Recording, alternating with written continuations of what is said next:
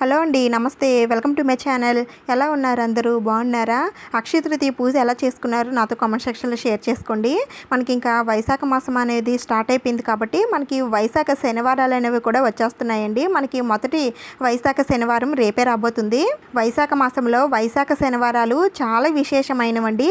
అందుకని నేను ఈరోజు వీడియోలో వైశాఖ మాసంలో మొదటిగా వచ్చే శనివారం రోజున స్వామివారికి పూజ ఎలా చేయాలి, మొదటిగా మామిడి పళ్ళు పెట్టుకునేవారు ఎలా పెట్టాలి, ముఖ్యంగా స్వామివారికి ఏ మామిడి పళ్ళు పెట్టాలి అంటే మామిడి పళ్ళు చాలా రకాలు ఉంటాయి కదండి, ఏ రకం పెట్టాలి, ఈ స్వామివారికి ఏ నైవేద్యం నివేదన చేయాలి, అలాగే ముత్తైదువులకి తాంబూలం ఎలా ఇవ్వాలి అనే విషయాలన్నీ కూడా ఈరోజు వీడియోలో షేర్ చేస్తానండి. చాలా సింపుల్ పద్ధతిలో మీ అందరూ చేసుకునే విధంగానే ఉంటుందండి. వీడియో మొత్తం చూడటానికి ట్రై చేయండి. మనకి మొదటి వైశాఖ శనివారం అనేది రేపే రాబోతుందండి. అంటే 2024 మే 11వ తేదీన మొదటి శనివారం అయితే రాబోతుంది. అయితే నేను కొంచెం వీడియో అయితే లేట్గా పోస్ట్ చేస్తున్నానండి. ఎందుకంటే మనకి లైన్గా పండగలనే వస్తున్నాయి కాబట్టి నేను కూడా పండగలు అక్షయ తృతీయ అన్నీ నేను కూడా ఇంట్లో చేసుకోవాలి కదా, అందుకని అసలు ఖాళీ లేదండి. అందుకని నేను కొంచెం వీడియోని లేట్గా పోస్ట్ చేస్తున్నాను. ఏమనుకోకుండా వీడియోని చూస్తారని అనుకుంటున్నాను.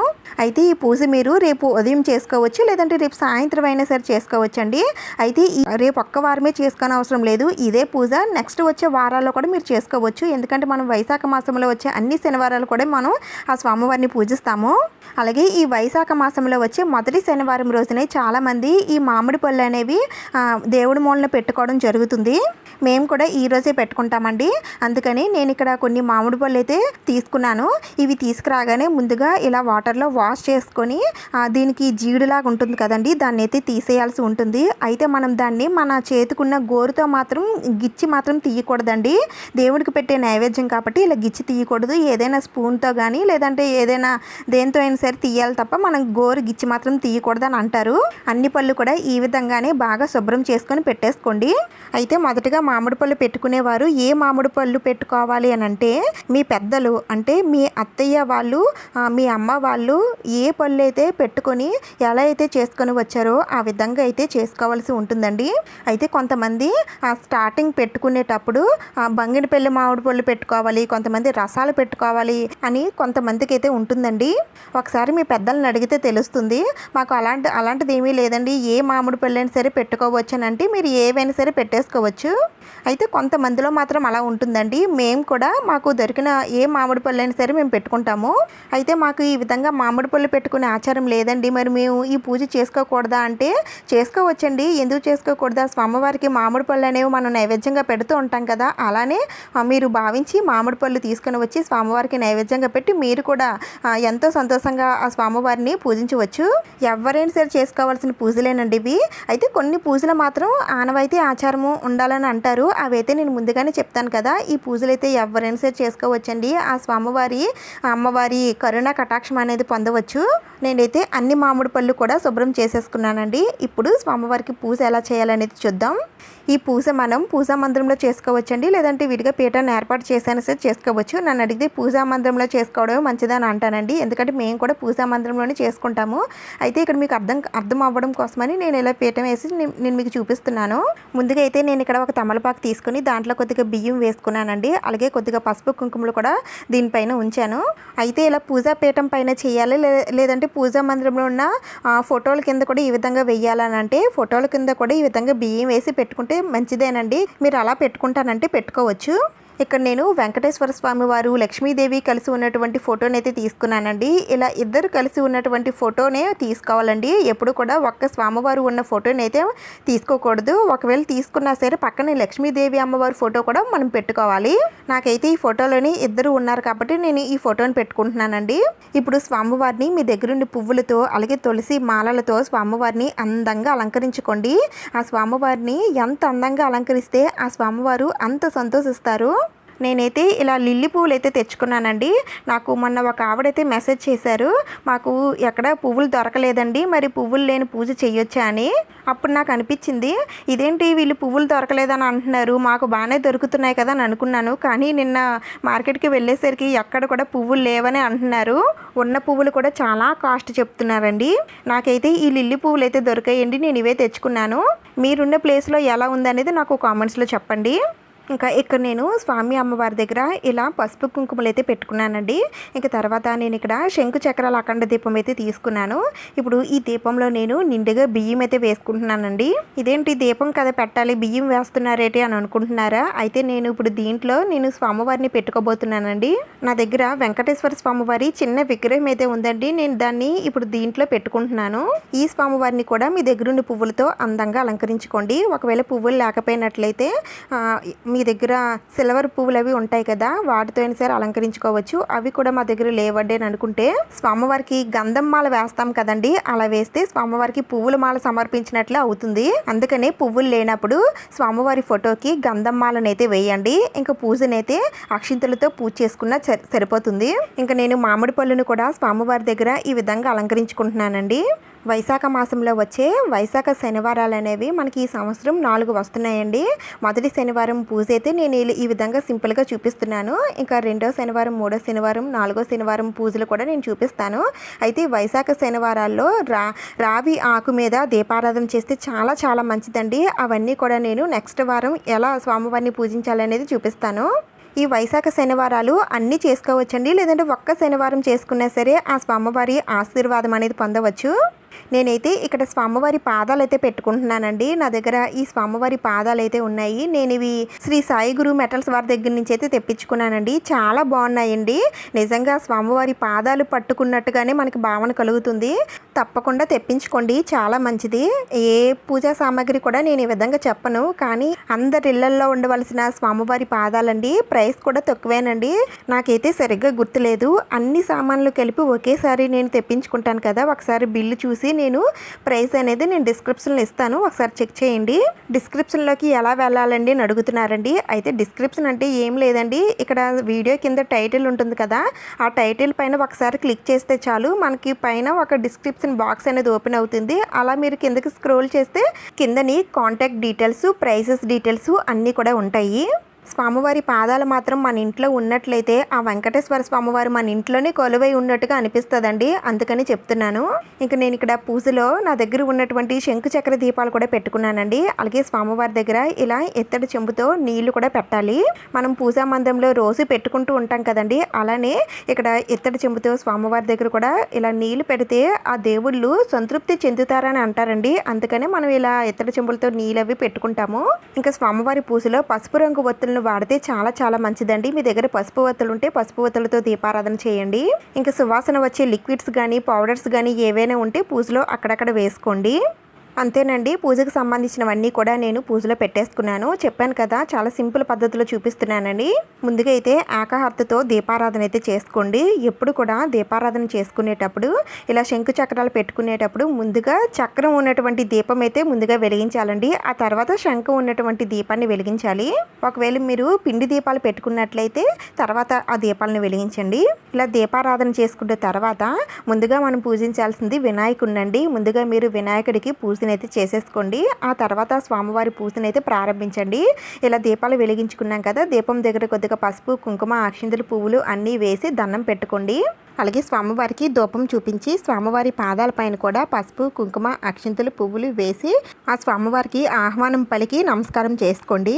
అయితే మీరు ఈ వైశాఖ శనివారాలు ఎన్ని శనివారాలు చేసుకుంటారు అనేది ఆ స్వామివారికి చెప్పుకోండి.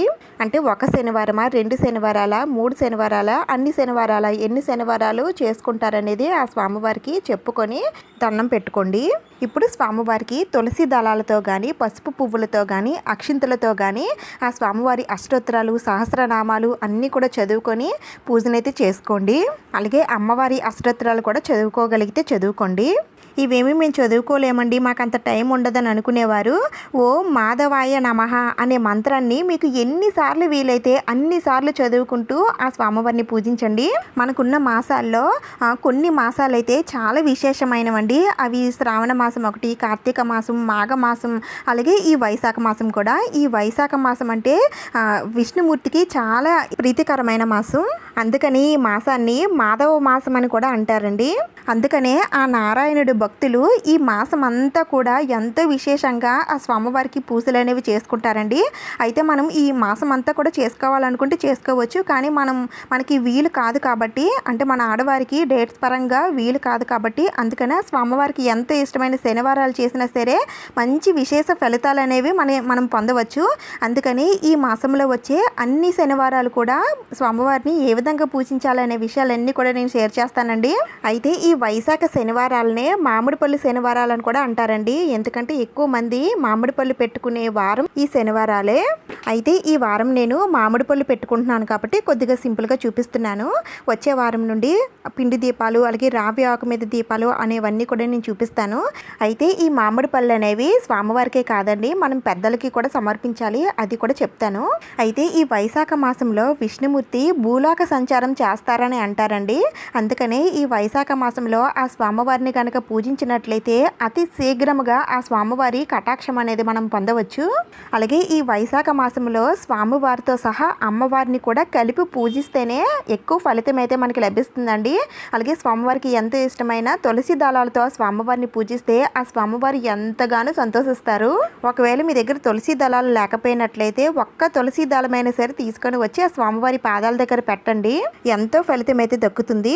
అయితే ఈ మాసంలో స్వామివారికి చేసే పూజలే కాదండి, ఈ మాసంలో చేసే దానాలు, ఉపవాసాలు, పుణ్యనదుల్లో స్నానాలు ఇవన్నీ కూడా విశేషమైన పుణ్యఫలాలు అయితే మనకి దక్కుతాయి.